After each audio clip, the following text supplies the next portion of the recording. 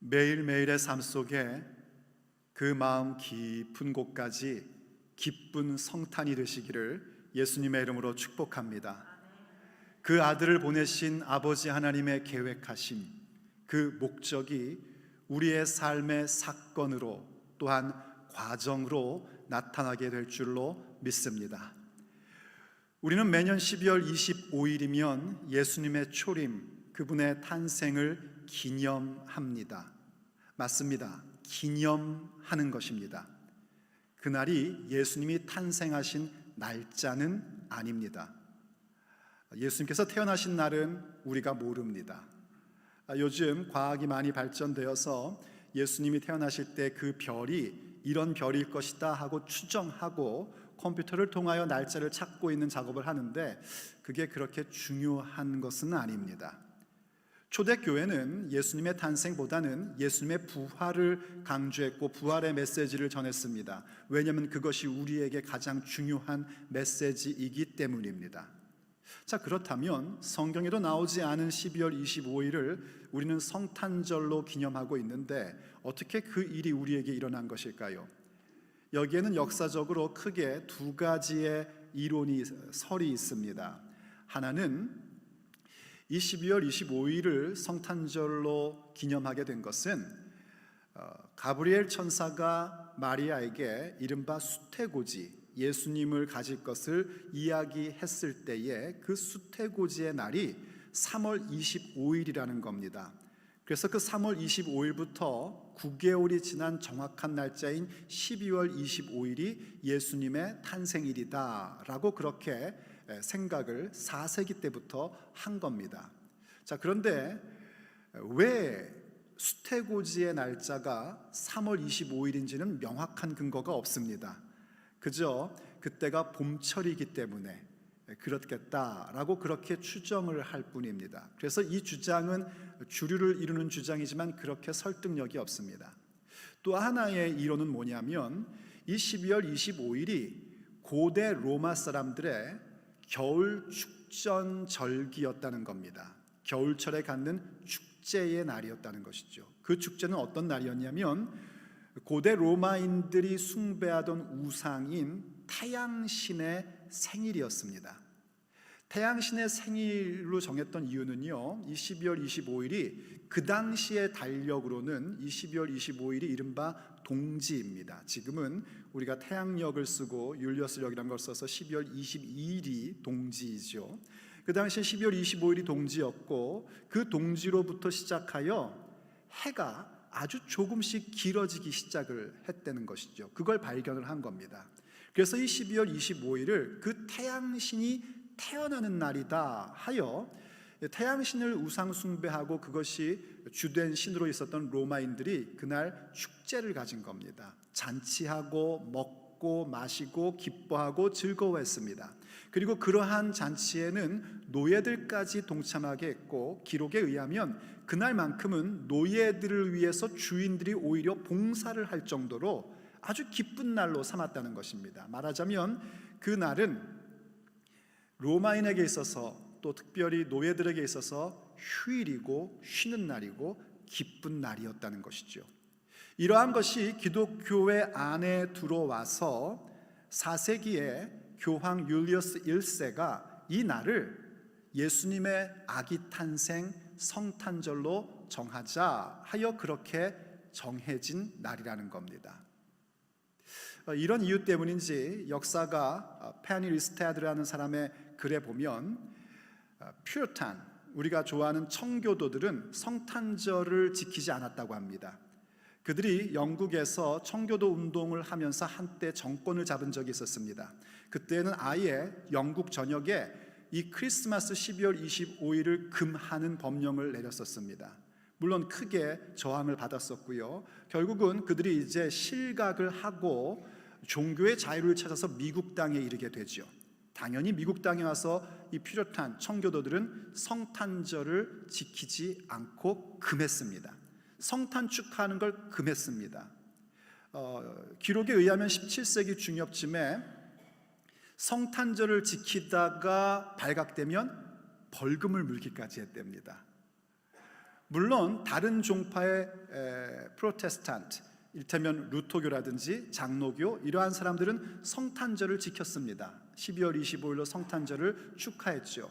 그리고 그들은 그 성탄절을 축하하고 싶었고 여러 가지 갈등의 요소 가운데 결국은 12월 25일을 성탄절로 섬기게 되었으며 특별히 남북전쟁 이후에 이 성탄절이 공휴일이 되고 굉장히 큰 예수님의 탄생을 축하하는 큰 축제의 날로 자리 잡게 된 겁니다. 그리고 오늘날까지 우리는 그 성탄절을 지키고 있고 그리고 세계적으로도 12월 25일을 성탄절로 지키고 있는 겁니다. 바로 이러한 역사적인 사실 때문에요, 일각에서는 성탄절을 12월 25일 날 성탄절을 지키면 안 된다 하고 주장하는 분들도 있습니다. 왜냐하면 이것은 이교도의 문화이기 때문이라는 것이죠. 또 심지어는 이단들은요, 우리 교회가 이 12월 25일 성탄절로 섬기는 것을 가지고 교회의 진리를 왜곡시키려 하고 성도들을 미혹하게 하는데 이걸 사용을 합니다. 너희들이 그렇게 태양신의 생일을 성탄절로 지키고 있으니 너희들은 틀렸다라고 이야기를 하는 겁니다. 그럼 어떻게 해야 됩니까? 12월 25일을 그냥 버려버려야 되나요? 그렇지 않습니다. 저를 포함한 많은 목회자들은요, 이 12월 25일이 비록 태양신의 탄생을 숭배하던 날이라 할지라도 이 12월 25일이 성탄절이 된 것은 이른바 문화적 승리라고 여깁니다. 영적 전투를 하는 것이 기독교인의 삶입니다. 우리는 이 인생의 여정을 걸어갈 때 소풍을 다니는 게 아니라 영적 전투의 현장을 걷고 있는 것입니다. 그 영적 전투 가운데 매우 중요한 부분이 뭐냐면 문화적 승리를 갖는 겁니다. 이건 이런 얘기입니다. 고대 로마인들이 태양신의 생일을 축하한다고 모여서 축하하고 쉬고 먹고 마시고 자기들끼리 즐거워할 때에 고대 크리스찬들은 많은 어려움 가운데서도 그날 쉬는 날이기 때문에 모여 태양신이 참된 신이 아니라 오직 예수님만이 이 세상에 참된 비침을 기억하는 날로 삼은 것입니다. 바로 그렇게 아버지 하나님께서 아들 예수님을 보내셔서 태양신이 아닌 예수님만이 이 땅 가운데 유일한 빛을 주시는 분이고 그분만이 유일한 희망이심을, 왜 하나님께서 그렇게 아기 예수님을 보내셨는가를 기념하는 날로 삼았던 겁니다. 그래서 우리는 이 날을 지킬 줄 알아야 됩니다. 이렇게 기독교 역사 속에서 가진 문화의 승리를 빼앗길 이유가 없습니다. 문화의 승리는 매우 중요합니다. 악한 영들이 교회를 무너뜨리려고 할 때에 처음부터 교리나 정치적으로 공격해오는 법은 없습니다. 먼저 문화의 붐을 일으켜서 정치인들이 거기에 귀 기울이게끔 만들어버리고 그런 다음에 그것이 하나의 정치적인 법률이 되게끔 만든 다음에 교회를 공격합니다. 이를테면 동성애 결혼 같은 것이 그렇습니다. 동성애 결혼을 처음부터 교리적으로 교회를 공격하거나 정치 세계의 법률로 만들기 시작한 것이 아니었습니다. 문화부터 시작됐었습니다. 그리고 그 문화가 만연하자 정치인들은 그 문화에 휩싸인 사람들의 표를 위하여 거기에 손을 들어준 것이고 그것이 법률화되면서 심지어는 교회 안에서까지 동성애 결혼을 허락하고 동성애 목회자까지 허락하는 이런 끔찍한 일을 겪고 있는 겁니다. 문화의 승리는 그만큼 중요한 것입니다. 문화적으로 우리가 승리할 때 영적 승리를 가져갈 수 있는 것입니다. 12월 25일을 성탄절로 섬기는 것은 그렇게 교회의 역사가 이 세상의 문화 속에서 세상 사람들이 헛된 것을 숭배하고 헛된 것으로 기뻐할 때에 우리가 예배하고 우리가 기뻐해야 될 분은 오직 예수님뿐이라는 것을 선언하는 문화의 승리였습니다. 그게 12월 25일 성탄절입니다. 자, 그런데 안타깝게도 슬프게도 지금 현대 사회 속에서는 성탄절이 다시 상업화되고 있는 것을 보게 됩니다. 심지어는 미국에서는 한동안 공식적으로 publicly 크리스마스라는 단어를 쓰지 못하게 한 일도 우리는 겪었습니다. 그들이 왜 크리스마스라는 단어를 못 쓰게 했는가? 크리스마스라는 그 단어 자체가 담긴 뜻 때문에 그렇습니다. 이 크리스마스라는 단어는 크리스토, 메스, 미사라는 단어의 합성어인데요, 라틴어에서 크리스토라는 것은 그리스도를 얘기합니다. 그리고 메스, 미사라는 것은 영어로 얘기하면 sent, 보내심이란 뜻이죠. 그래서 크리스마스라는 그 단어적 의미를 우린 두 가지로 생각할 수 있는데, 바로 아버지 하나님께서 예수님을 보내신 날이라는 것이고요, 또 다른 의미로는 예수님께서 우리들을 이 땅 가운데 복음을 위하여 보내시는 날이라는 그런 의미가 담겨져 있는 것이죠. 그래서 세상은 크리스마스라는 단어 자체를 싫어하고 혐오하는 겁니다. 그래서 믿는 사람들까지 그 단어를 못 쓰게 합니다. 그러나 우리는 그런 의미, 곧 Christ sent, 그리스도께서 보내심을 받은 날, 또 그리스도께서 우리를 세상 가운데 복음을 위해 보내시는 날이라고 선언하며 메리 크리스마스를 선포할 줄 알아야 합니다. 그런 의미에서 우리는 날마다 크리스마스여야 합니다. 매일매일이 성탄, 곧 그리스도께서 보내심을 받은 그 이유를 되새기며 그리스도께서 우리를 보내시는 날로 삼을 줄 알아야 합니다. 오늘 본문은 그러한 이야기를 전해주고 있습니다. 본문 4절을 한번 보시기 바랍니다. 때가 참에 하나님이 그 아들을 보내사 여자에게서 나게 하시고 율법 아래에 나게 하신 것은, 성탄절 크리스마스는 때가 참에 아버지께서 아들을 보내신 날입니다. 때가 참에 이루어진 것입니다. 우연히 일어난 사건이 아니란 말입니다.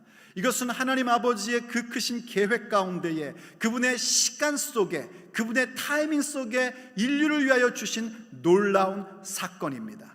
그러므로 우리는 이 성탄절을 맞이할 때마다 우리의 매일매일의 삶이 성탄절이 될 수 있도록 아버지께서 그 아들을 보내신 이유가 무엇인지를 되새기고, 우리 믿음의 조상들이 승리했던 문화적 승리를 여전히 지키며 예수님과 함께 기뻐하는 성탄절이 되어야 합니다. 세상은 점점 갈수록 예수님 없이 선물하고 예수님 없는 평화를 강조하고 예수님 없는 크리스마스를 가지려고 합니다. 그래서 그들은 시즌스 그리딩이라고 얘기를 합니다. 그러나 우리는 선언해야 됩니다. 예수님으로 말미암아 예수님께서 보내심을 받은 날, 그리고 예수님께서 우리를 보내시는 날인 기쁜 성탄절, 그날은 바로 하나님의 아들이신 예수님께서 종의 형체를 입기까지 그 동등됨을 취하지 아니하시고 종의 형체로 입고 오신 날입니다. 그러면 왜 아버지께서는 그 아들 예수님을 그렇게까지 보내셨을까요? 그 아들을 그렇게 아기 예수님으로 보내시기까지 우리에게 무엇을 하려고 하셨던 것일까요? 오늘 본문을 통하여 우리가 함께 듣고자 하는 성탄절 메시지입니다. 첫째, 아버지께서 아들을 보내신 것은 우리로 하여금 거룩한 신분을 얻게 하려 하심이었습니다. 아들을 보내사 거룩한 신분을 얻게 하셨습니다. 오늘 본문 5절을 다시 봅니다. 율법 아래에 있는 자들을 속량하시고 우리로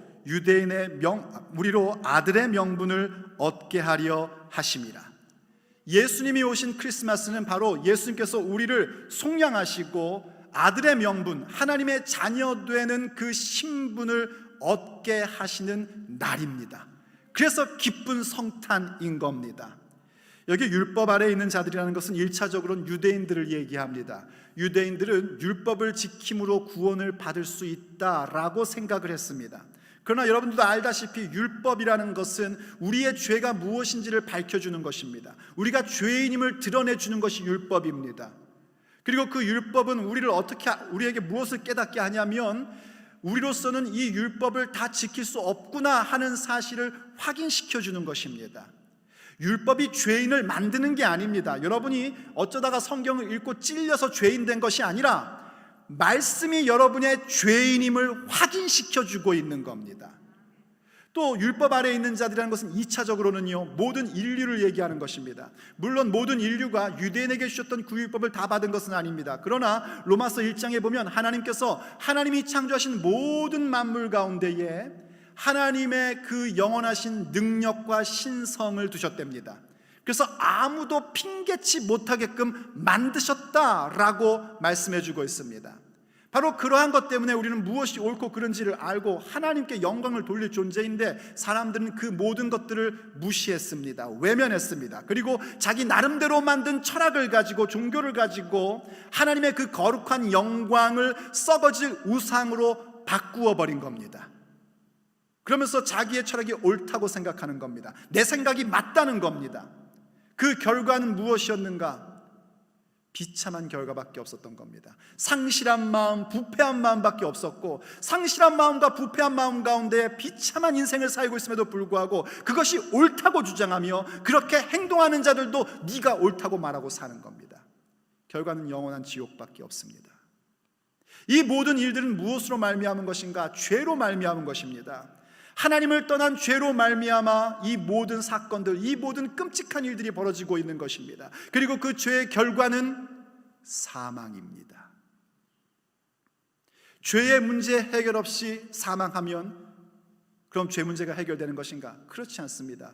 죄의 해결 없이 우리가 죽음을 가지면 결과는 지옥밖에는 없습니다. 방법은 한 가지뿐입니다. 우리의 육체의 호흡이 남아있는 동안에 이 죄 문제가 해결돼야 됩니다. 그런데 우리들끼리는 도대체 해결할 능력이 없습니다. 왜냐하면 우리 모두 다 죄인들이기 때문입니다. 나의 죄 문제도 하나 해결하지 못하는데 어떻게 다른 사람의 죄 문제를 해결해 줄 수 있겠습니까? 우리들끼리는 그럽니다. 아이고 너무 착해요, 너무 훌륭해요, 너무 좋으신 분이에요, 이렇게 얘기를 하는데 다 거짓말입니다. 인간은 착한 사람 없습니다. 사람은 훌륭한 존재 없습니다. 전부 다 죄인일 뿐입니다.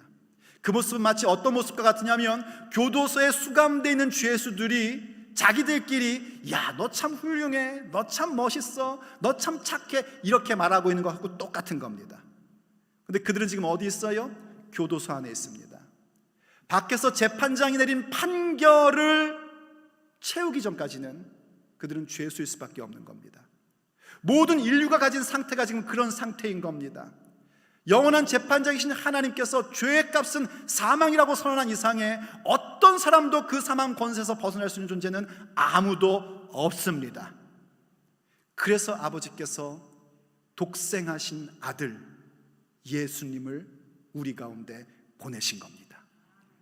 그분을 육신이 되게 하사 우리와 똑같이 아기로 태어나게 하셔서 우리와 똑같은 성장의 과정을 밟게 하시고 우리와 똑같은 거북함을 갖게 하시고 우리와 똑같은 한계를 갖게 하시고, 그러나 그분이 하나님의 아들이기에 죄 없으신 분으로서 바로 후아담으로, 마지막 아담으로 우리에게 보내주신 겁니다.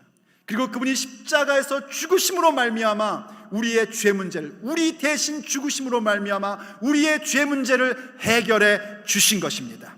그것이 바로 속량입니다. 우린 바로 그렇게 구속받았고, 크리스마스 성탄절이라는 것은 바로 예수님께서 우리의 죄 문제를 속량하시고자 오신 날을 기념하고 있는 것입니다. 그래서 마태복음 1장 21절을 보면 이렇게 말씀하고 있죠. 아들을 낳으리니 이름을 예수님이라 하라. 이는 그가 자기 백성을 그들의 죄에서 구원할 자이심이라 하니라. 자기 백성을 그들의 죄에서 구원하실 분, 그분은 오직 예수님 뿐이십니다. 그렇게 우리의 죄를 속량하심으로 우리를 어떻게 만드셨는가? 아들들, 곧 자녀들 만들어 주셨습니다. 거룩한 신분을 갖게끔 하신 것입니다. 영접하는 자, 곧 그 이름을 믿는 자들에게 하나님의 자녀가 되는 권세를 주셨습니다.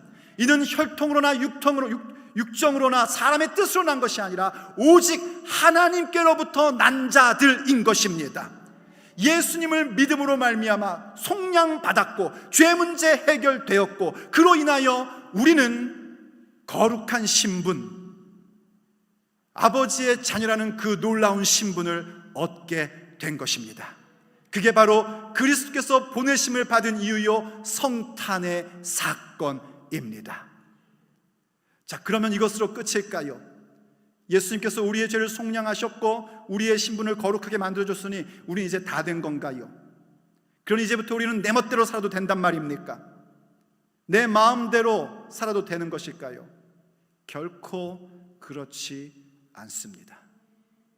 도리어 거룩한 신분에 걸맞는 삶을 살기를 주님께서는 원하시고, 성경은 언제나 우리에게 그 부분들을 요구하고 있습니다.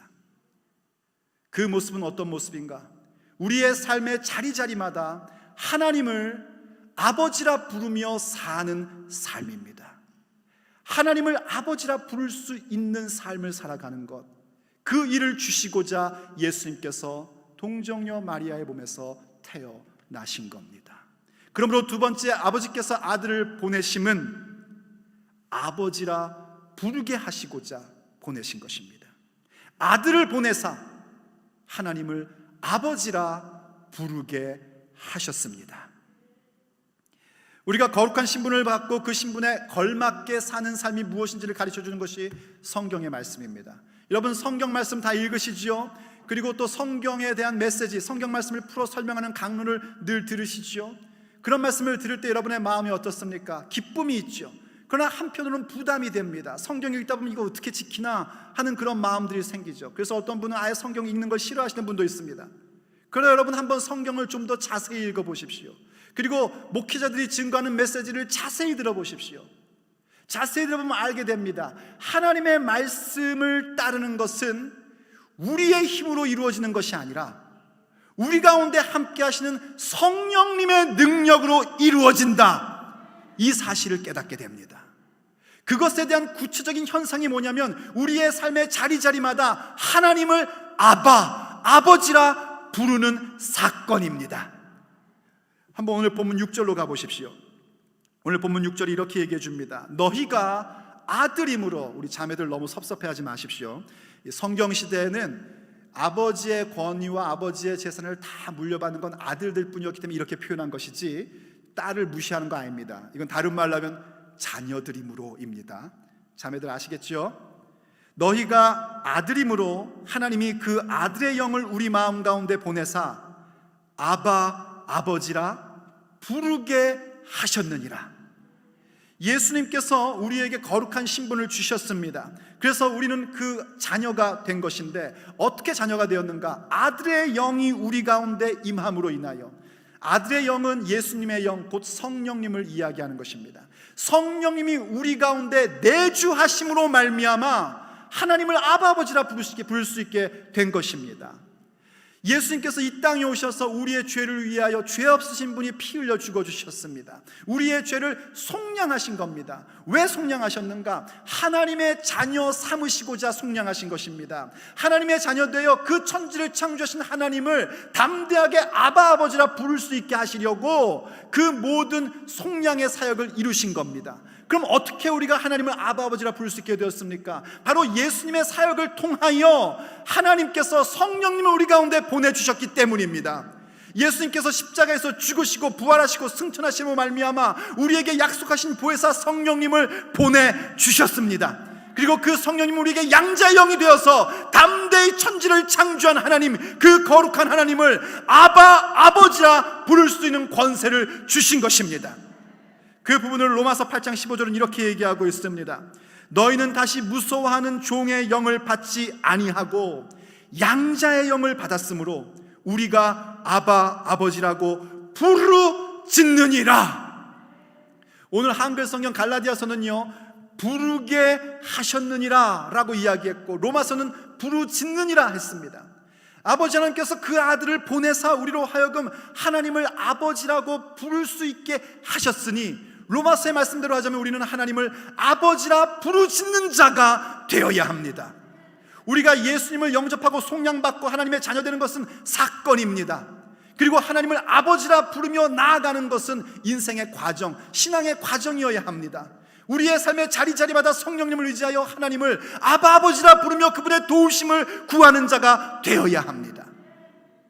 물론 여러분들 가운데는 하나님을 아버지라 부르는 것이 불편한 분도 있을 줄로 압니다. 왜냐하면 육신의 아버지에게 받은 상처 때문에 그런 일이 있을 수 있습니다. 그러나 여러분, 육신의 아버지 역시 그들도 우리와 똑같은 죄인일 뿐입니다.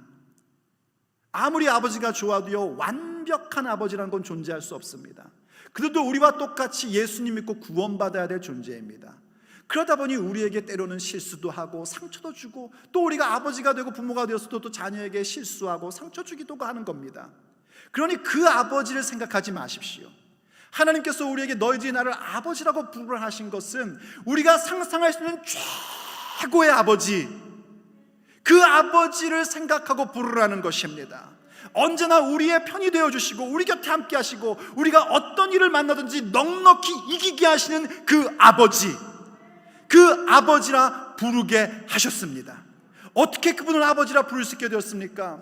아버지께서 성령님을 우리에게 양자의 영으로 주셔서 우리를 양자, 바로 구원받은 자녀로 삼아 주셨기 때문입니다. 예수님을 보내셔서 우리를 속량하시어 거룩한 신분을 주시고 아들의 영으로 말미암아 우리의 삶의 여러 가지 그 과정 속에 성령님으로 말미암아 양자의 영을 받은 자로서 하나님을 아버지라 부르며 나아가게 하셨습니다. 그것이 바로 성탄입니다. 그것이 바로 우리가 전하여야 할 성탄의 메시지입니다. 그럴 때 우리는 알게 됩니다. 우리를 속량하시고 자녀된 권세를 주셨으며 성령님을 보내셔서 하나님을 아버지라 부르게 하실 때에 우리가 이 세상을 살고 있으나 누구인지를 깨닫게끔 해주십니다. 그것은 바로 하나님의 나라를 유업으로 받은 자, 그 유업을 이어갈 자, 상속자로 우리를 삼으심입니다. 그러므로 세 번째, 아버지께서 그 아들을 보내사 우리를 상속자로 성장하게 하셨습니다. 크리스마스는 우리가 바로 하나님의 상속자임을 만들어주고 확인시켜주고 기념하는 날입니다. 그게 진정한 성탄, 기쁜 성탄입니다. 오늘 본문 7절을 보십시오. 그러므로 내가, 갈라디아서 4장 7절입니다. 이후로는 종이 아니요 아들이니 아들이면 하나님으로 말미암아 유업을 받을 자니라. 여기 한글 성경 번역에 유업을 받을 자라는 단어는요, 성경 원문 히라보의 한 단어를 번역한 겁니다. 그 한 단어는 직접 번역을 하면 상속자라는 단어입니다. 유업을 이을 자에서 한국어 개념에는 마치 나중에 유업을 받을 자처럼 그렇게 생각하는데 그게 아니라 우리가 어떤 존재인가? 우리는 상속자라는 겁니다. 주께서 이 땅 가운데 오셔서 아기 예수로 오셔서 그 모든 고난과 죽음과 부활과 승천을 통하여 우리를 속량하시고 우리에게 성령님을 보내어 하나님을 아버지라 부를 수 있게끔 만들어 주신 것은 우리가 바로 하나님의 상속자라는 사실을 알려주시고자 함입니다. 예수님 믿는 자들, 그들은 바로 하나님 나라의 상속자입니다. 이때 이 상속이라는 말은요, 여러분, 이런 의미가 아닙니다.